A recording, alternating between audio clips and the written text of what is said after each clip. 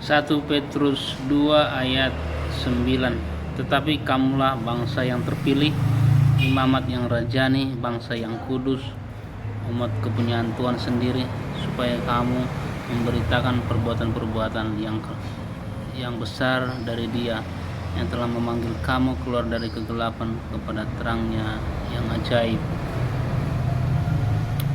Saudara yang terkasih, ini adalah surat Petrus kepada bangsa-bangsa lain ya, selain bangsa Israel ya. Ayat 1 dikatakan 1 Petrus 1 ayat 1, dari Petrus Rasul Yesus Kristus kepada orang-orang pendatang yang tersebar di Pontus, Galatia, Kapadokia, Asia Kecil dan Bitinia. Itu orang-orang yang dipilih sesuai dengan rencana Tuhan Bapa kita. Jadi saudara terkasih, surat ini ditujukan kepada bangsa-bangsa lain selain bangsa Israel. Jadi bayangkan bangsa lain yang belum mengenal Yehova, belum mengenal Taurat Yehova ya. Mereka mengenal Yehova ya baru setelah Petrus memberitakan tentang Yesus Kristus ya. Jadi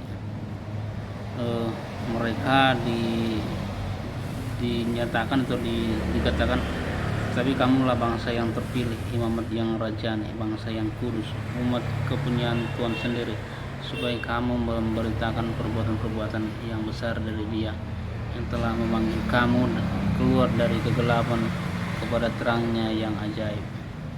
Saudara terkasih, menjadi bangsa yang terpilih ya, menjadi imamat yang rajani ya, menjadi bangsa yang kudus ya, umat kepunyaan Tuhan. Apa syarat-syaratnya ya? Apa syarat-syarat menjadi bangsa yang terpilih? Satu, yang kedua imamat rajani, yang ketiga bangsa yang kudus, yang keempat umat kepunyaan Tuhan sendiri. Apa syaratnya? Ya syaratnya tentu kita ya harus sempurna, sama seperti Yehova adalah sempurna. Ya, harus kudus sama seperti Yehova adalah kudus.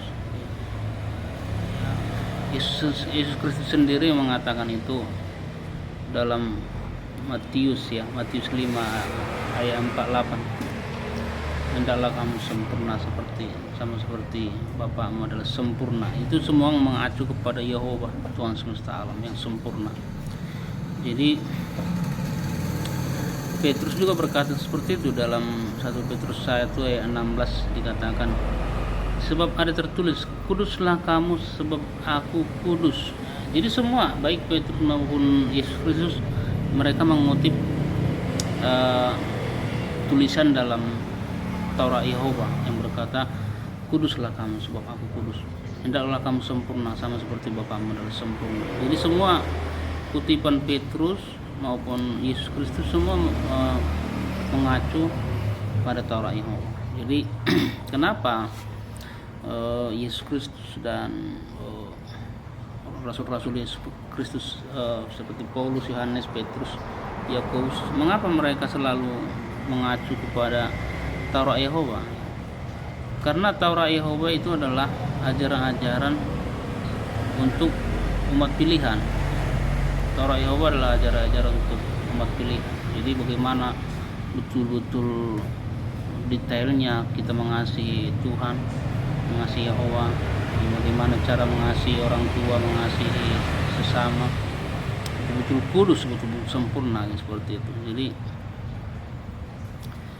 Jadi untuk menjadi bangsa yang kudus, bangsa yang terpilih, imamat rajani, bangsa yang kudus, umat pilihan Tuhan, ya syaratnya itu tadi harus melakukan Taurat Yehova. Taurat Yehova tujuannya apa? Supaya sempurna, supaya kudus ya. Jadi kenapa kita harus sempurna? Kenapa harus kudus? Karena Yehova adalah sempurna dan kudus. Jadi patokan kita adalah Yehova. Karena nanti di Yerusalem baru, setelah kedatangan Yesus Kristus yang kedua kali, kita masuk ke Yerusalem baru, itu patokan kita ya Yehova. Yehova kudus. Kita menyembah Yehova yang kudus, ya. Kudus-kuduslah Yehova, Tuhan semesta alam. Ya, jadi patokan kita harus Yehova. Jadi selama kita berpatokan kepada uang, ya, maka kita mengasihi dan berbuat tidak ikhlas, tidak tulus. Kita harus mengharapkan imbalan. Nah, terus selama kita berpatokan kepada orang lain, maka kita bisa cemburu, iri hati, atau sakit hati, benci seperti itu karena patokan kita orang lain. Jadi selama kita berpatokan kepada dunia ini, baik kepada uang maupun kepada orang lain, maka akan ada persaingan ya, persaingan. Kita akan menghakimi karena kita akan marah, benci. Tapi kalau kita patokan kita kepada Yehova, maka kita tahu bahwa target kita adalah kesempurnaan, sempurna, kudus, ya.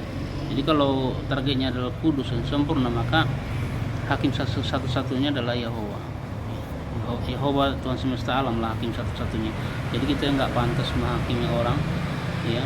Kita nggak pantas membenci, menyakiti orang, karena Yehova sendirilah hakim, ya. Karena tidak ada seorang pun yang sempurna, ya. Jadi karena kita selalu target kita adalah selalu yang kesempurnaan dan kekudusan, maka yang berhak menghakimi adalah Yehova sendiri, ya. Karena kita semua berjuang untuk sempurna dan kudus, ya. Jadi begitu indahnya hidup kita karena kalau target kita semua adalah hal yang kudus. Betapa bahagianya dunia ini kalau target kita semua adalah hal yang sempurna. Nah, tidak ada lagi yang saling menghakimi, yang saling benci, saling iri hati, ya. Tidak ada lagi yang munafik, ya. Karena ya target kita kesempurnaan dari Yehova. Tidak ada persaingan lagi. Jadi tulus seperti itu. Jadi kalau kita lihat dunia ini yang berpatokan kepada uang, maka yang benar bisa, yang salah bisa dibenarkan seperti itu. Ya. Terjadi pencurian, terjadi korupsi. Ya, terus kalau patokan kita jabatan, ya terjadi iri hati, dengki seperti itu. Kalau patokan kita pada orang lain, maka orang bisa kita kecewa, marah, menuntut banyak hal lagi.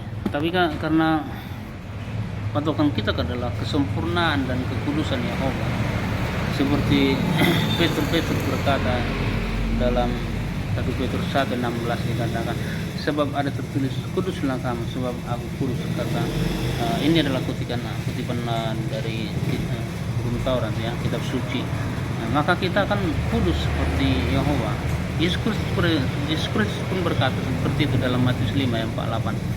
Hendaklah kamu sempurna seperti Bapa adalah sempurna. Bapa mengacu kepada Yehova Tuhan semesta alam.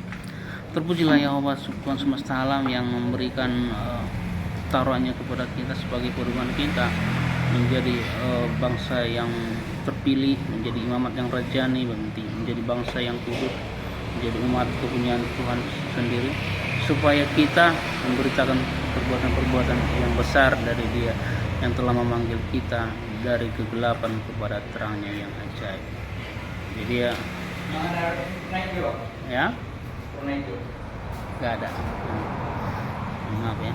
Jadi setelah kita menyadari bahwa Tuhan Yehova memilih kita dan memberikan taruhannya kepada bangsa Israel sebagai pedoman hidup, dan telah memberikan anaknya yang tunggal Yesus Kristus sebagai terang dunia, ya, dan kita mengikutinya dan kita percaya bahwa Yesus Kristus rela berkorban, ya, untuk menebus kita dari segala kutuk dosa, maka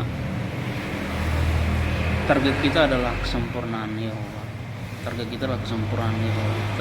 Target kita adalah kekudusan Yehova, supaya kita menjadi percaya diri, supaya punya kekuatan untuk memberitakan perbuatan-perbuatan yang besar dari Yehova. ya. Jadi saya ulang sekali lagi, saya tekankan sekali lagi,